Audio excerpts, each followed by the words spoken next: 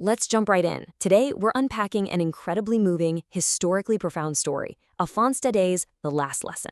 On paper, it sounds pretty simple, right? A kid going to school. But oh man, as we get into this, you're going to see it's actually this huge, heartbreaking narrative about identity, war, and the invisible threads that hold a community together. So I want you to really think about something for a second. What actually happens to a culture when its language is outlawed? We completely take our daily speech for granted, don't we? We use it to order coffee, complain about the weather, tell our families we love them.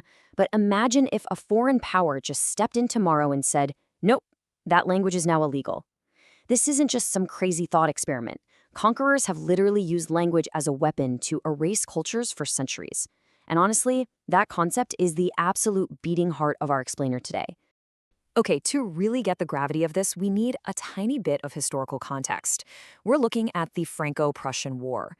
Basically, France was defeated by Prussia, an effort spearheaded by the infamous Otto von Bismarck. And Prussia didn't just take political control, they literally redrew the map. They snapped up two major French districts, Alsace and Lorraine. Just imagine your hometown suddenly being swallowed by a foreign nation overnight. These massive geopolitical shifts, well, as you'll see, they have a devastating way of crashing down into the everyday lives of totally ordinary people. Which brings us right to our narrator, a young student named Franz. Now, Franz is having a morning I think we can all relate to. He is running so late for school.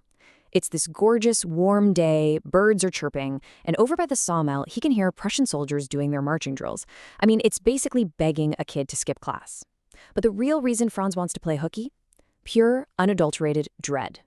His French teacher, Monsieur Hamel, is going to quiz them on participles. And Franz, he doesn't know the first thing about them. He's absolutely terrified of getting scolded, but against his better judgment, he fights the temptation and sprints off towards school.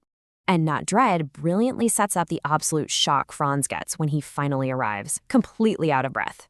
Because usually, a school morning is just chaos, right? Desks slamming, kids shouting their lessons so loud they have to cover their ears, the teacher's heavy iron ruler just whacking on the table. But today, total unsettling pin-drop silence. Franz actually says it was as quiet as a Sunday morning. He was totally banking on all that usual noise to sneak into his desk unnoticed.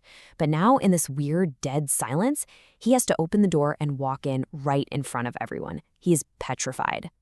But the surprises are seriously just starting. Franz sneaks in, bracing himself to get yelled at, but Hamel just looks at him and super politely says, "Go to your place quickly, little Franz. We were beginning without you." Wait, no shouting? No iron ruler?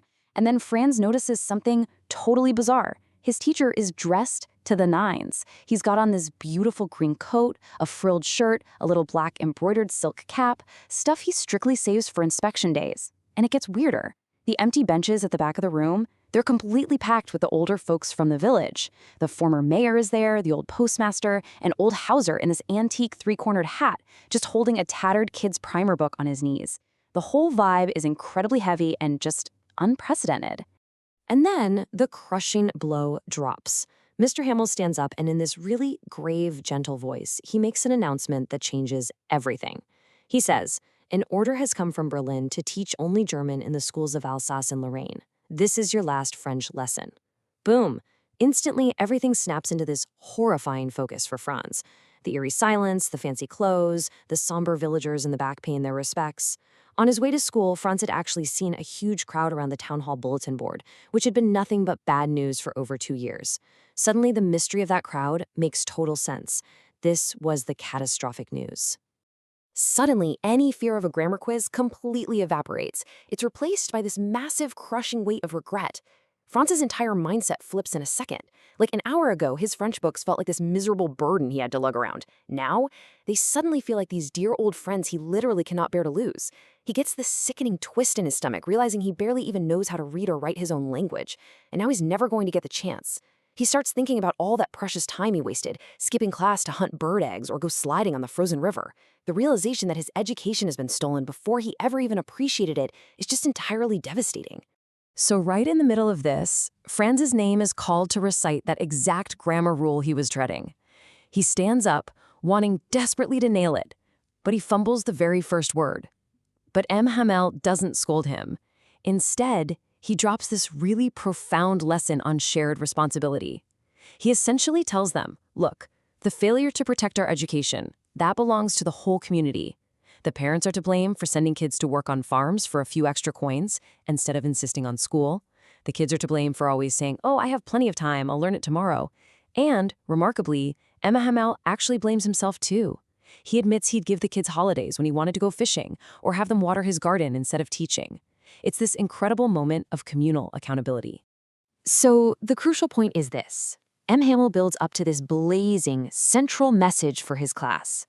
He tells them the French language is the most beautiful, clearest, most logical language in the world, and they have to guard it and never forget it. Why? Because, as he puts it, when a people are enslaved, as long as they hold fast to their language, it is as if they had the key to their prison. I mean, think about the mechanics of that for a second.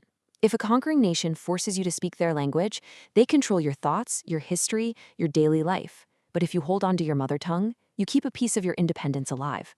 Your language is literally your ultimate weapon against oppression. After that, the class moves on to a writing lesson, and the imagery here is just fantastic. Hamel prepared these new copies for everyone, written in this beautiful handwriting, France, Alsace, France, Alsace. Franz notices that as they sit on the desks, they look like tiny little national flags floating around the room. It's this quiet, defiant display of patriotism. And the focus in that room? Intense. There is absolute pin-drop silence, just the scratching of pens on paper. Get this, at one point, some beetles fly into the room. Normally, a classroom of kids would completely lose their minds over that. But today, nobody even looks up. Even the youngest kids are just tracing their letters with absolute, unwavering focus. Now, what's really interesting about this moment is the sheer, heartbreaking innocence of what goes through Franz's mind. As they're all sitting there working in silence, Franz hears the pigeons cooing up on the schoolhouse roof. And as he's grappling with the fact that these conquerors are forcing them to change their entire language, this profoundly innocent thought pops into his head. Will they make them sing in German, even the pigeons? Wow.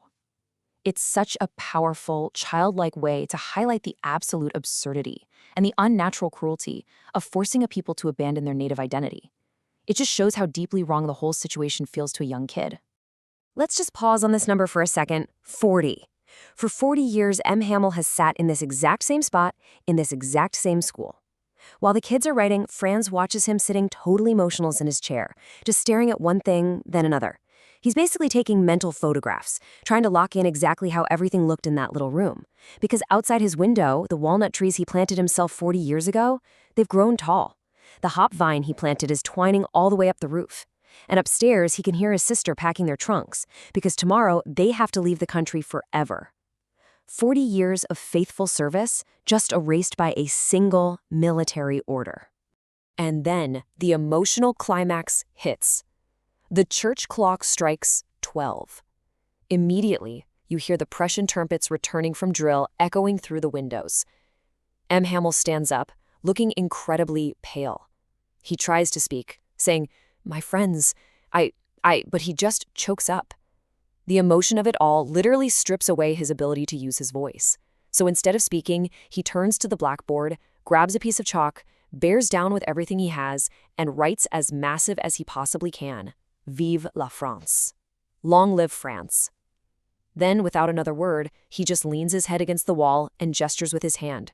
School is dismissed, you may go. Man, what a profoundly moving story, right? It really forces you to step back and examine things. So I'll leave you with this final thought. How closely is your own identity tied to the language you speak every single day? If it were just taken from you tomorrow, what part of yourself would you lose? Daudet's story is this brilliant reminder that education and language aren't just chores. They're the absolute foundation of who we are, and we should never, ever take them for granted. Thanks for joining me on this explainer today. I really hope it sparks some deep curiosity for you. Catch you next time.